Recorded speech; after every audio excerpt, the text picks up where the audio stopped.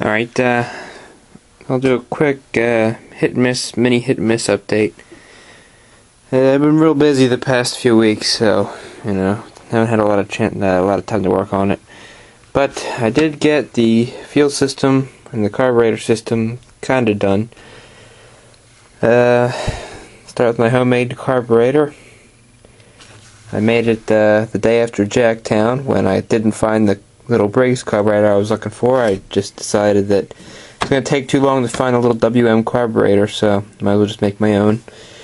It is simply a piece of 1/4-inch brass pipe with standard pipe threads. We have the pickup tube from a Briggs 6S carburetor. I had a 6S for parts and just pulled this off the carburetor here. It is missing the fuel screen, but I might be able to just solder on a new one. Just put a little ball bearing check valve in there. Soldered it to the bottom there.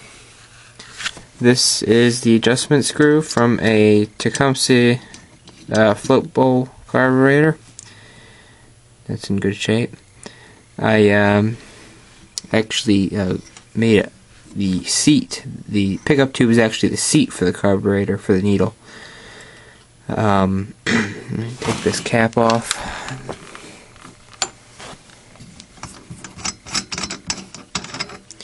And you can see, I hope you can see, I made a kind of a venturi in there.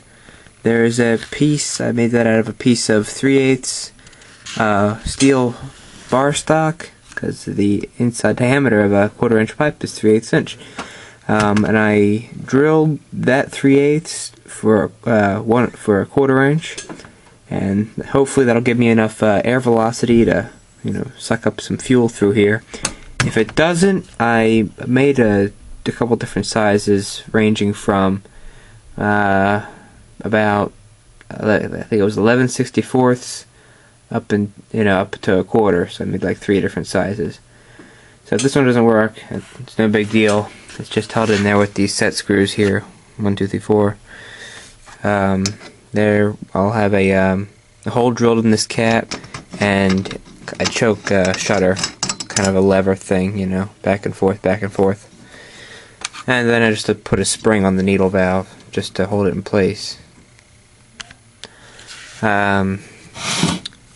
Flange is just a piece of 1/8 inch plate, drilled and tapped with some quick dry JB weld just to hold it steady.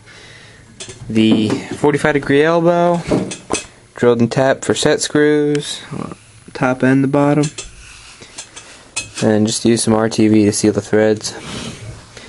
My crank handle broke. That's a shame. I had a little steel spacer bushing that I had the teeth cut into for this, and I just drove a roll pin through it, just like on the shaft here.